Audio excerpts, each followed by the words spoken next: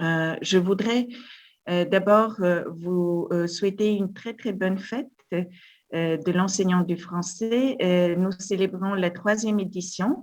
Vous savez que cette fête a été introduite sur la proposition du président Macron en 2018 lors du lancement de son plan pour la langue française et la francophonie. Et qu'en 2019, nous avons célébré cette fête pour la première fois sous le pilotage de la Fédération internationale des professeurs de français.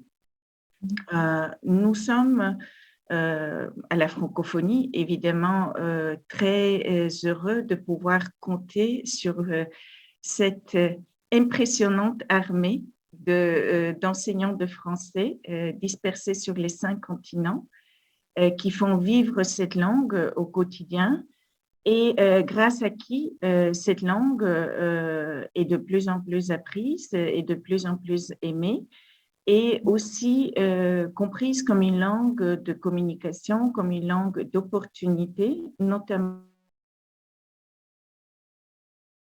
qui ouvre des horizons, des possibilités d'échanges interculturels auxquels nous sommes très sensibles.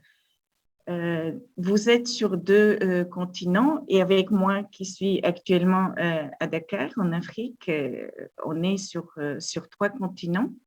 Et tout à l'heure, on parlait du temps, là où il fait beau, là où il y a le soleil, là où il n'y a pas de soleil. On aime bien dire qu'en francophonie, le soleil ne se couche jamais.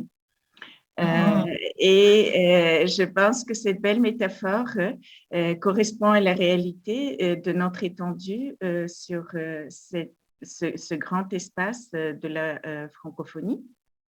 Et ce projet de regard croisé a été initié il y a 1 an, d'abord entre le Sénégal et la Roumanie, avec 25 classes et 25 enseignants de chaque côté, 50 en tout. Capca vous en dira davantage tout à l'heure. Et puis, étendu à l'Asie-Pacifique et l'Europe centrale et orientale. Et nous comptons continuer ce type d'échanges qui sont une belle ouverture et une opportunité de créer des projets avec la langue française, mais surtout de créer des amitiés. Je pense que nos jeunes ont vraiment besoin de cela, de mieux se connaître. Et à travers ces projets, nous contribuons évidemment à un meilleur vivre ensemble. On y croit. Au niveau de l'OIF, ces projets sont portés par nos 2 centres régionaux francophones, dont j'ai déjà salué les responsables, le CREFAP et le CREFECO.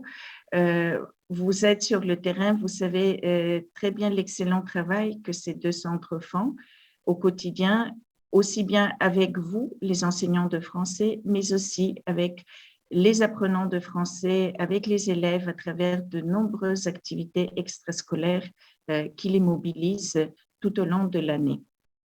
Très bonne fête. Continuez à porter haut le flambeau de la francophonie, à enseigner cette belle langue qui est votre passion. Je suis admirative de votre courage dans des conditions souvent difficiles et ingrates qui se sont renforcées avec la crise sanitaire, avec les confinements dus à la COVID. Mais en même temps, je suis admirative de votre résilience et je souhaite à ce que 2022 puisse vous donner les conditions à vous toutes et tous d'enseigner en présentiel avec vos élèves, de retrouver les conditions d'une classe normale. Tout à l'heure, au début, on nous a bien placés en position d'élèves, on était assis sur des bancs et je terminerai sur ce mot. Pour moi, c'est toujours aussi le moment de me rappeler mes professeurs de français que je voudrais remercier et notamment la professeure qui a joué le rôle le plus fondamental pour que j'aime cette langue. J'ai appris le français, j'ai commencé à l'apprendre à l'âge de 14 ans, lorsque j'étais en Algérie, au lycée Descartes à Alger.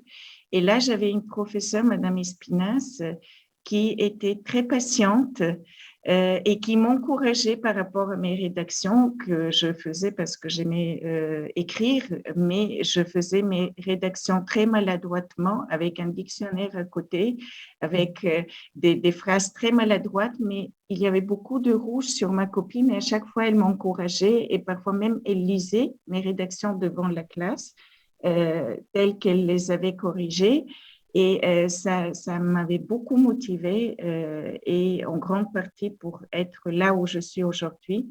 Je le dois évidemment à mes professeurs. Après, au lycée Lamartine, qui à l'époque s'appelait Georgi Kirchhoff, et où enseigne Biara Ljubenova, et bien sûr à mes professeurs universitaires tout au long de la vie. Donc, votre rôle est essentiel pour changer des vies. Merci beaucoup.